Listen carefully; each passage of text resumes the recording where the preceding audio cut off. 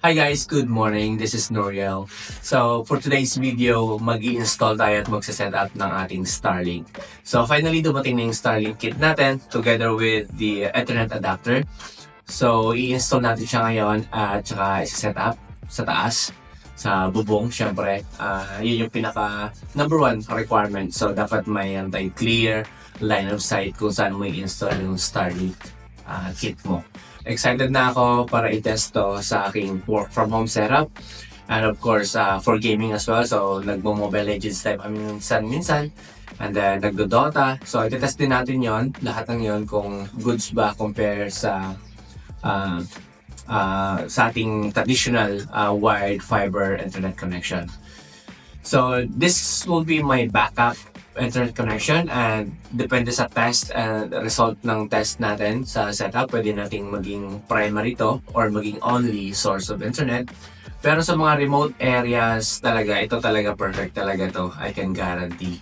So for example sa beach, sa mga bandang bundok na hindi abot ng fiber connection. So yep, let's get started. Si Kuya Louie. Louie. Tara, saan tayo dun sa bubong?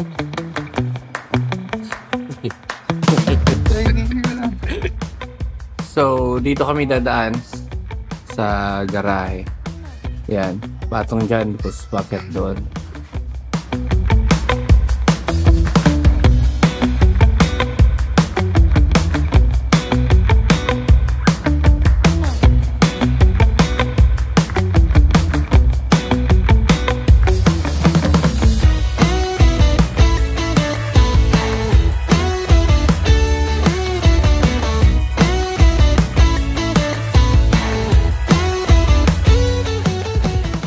So yun guys, yung una natin ginawa, in-scan natin siya for obstructions. So kapag may mga obstructions dito sa area, makikita nyo dito yung, yung result. And then so far sa atin, good experience naman yung So ibig sabihin, pwede natin i-set up dito. So again, kung saan nyo gusto i-set up, pupunta kayo doon, tapos i-scan nyo yung yung sky para makita kung merong obstruction o wala.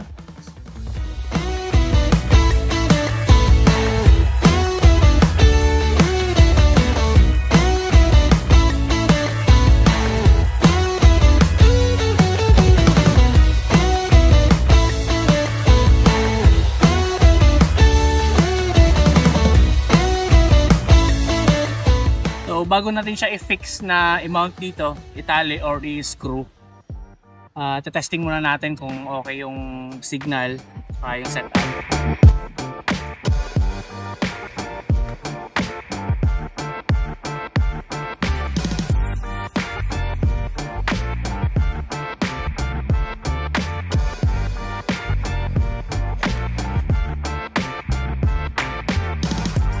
So next step, kapag na-power na natin yung ating Starlink router, so balik tayo dito sa app. Yan, so kung makikita nyo, kusa siyang nag-flat. So kanina, pag-install natin naka medyo slant. So ngayon kusa siyang nag-flat. Tapos continue tayo dito sa next step sa application. So kumukonect na yung ating dish doon sa Starlink satellite. So yan, okay na. Connected na yung ating dish sa Starlink satellite. So successful. And makikita niyo, diba, kung saan siyang nag-adjust. So hinahanap niyo yung pinaka-optimal na position or pinaka-optimal na orientation niya. So pag okay na, okay na rin dito sa application, so pwede nating i-mount to na permanent. So if either i-screw natin or i-tali, it's up to you kung paano nyo siya i-mount. Basta ito na yung pinaka-permanent niya na position. Pero siyempre kung gusto nyo ilipat, pwede pa rin namang ilipat.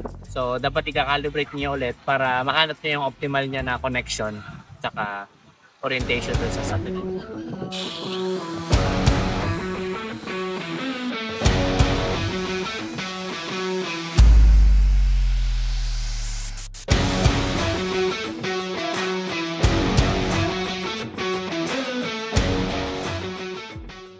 Hi guys, I'm back. So, kakatapos natin mag-install and set up ng ating Starlink. So yun nga, set up na natin, nag-speed test na tayo. So ipapakita ko na lang sa screen yung result ng speed test. So yung medyo mahirap lang na part talaga doon is yung pag-install.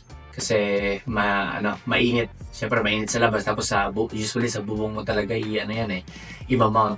So this time naman, ang pinaka-importante na part is paano ba siya yung Starlink, yung performance niya in terms of trabaho. Yung latency, yung connection ko sa mga remote servers namin, sa mga applications, and then yung quality ng call.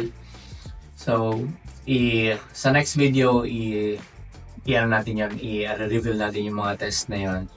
Later on, tatry natin yung magro-roaming tayo sa travel or sa park, camping. So, yung mga ganong setup. Actually, yun yung pinaka-na-excite ako. Kasi ako bilang freelancer, kumbaga yung work from home na sinasabi. So, kahit saan ka actually, as long as may laptop ka or may computer ka and then may internet connection. So, halos lahat ng task mo, magagawa mo. And ma-perform mo, makapagtrabaho ka. So, yun yung parang ginugol ko talaga dito and happy ako na meron na nga tayo ngayong Starlink.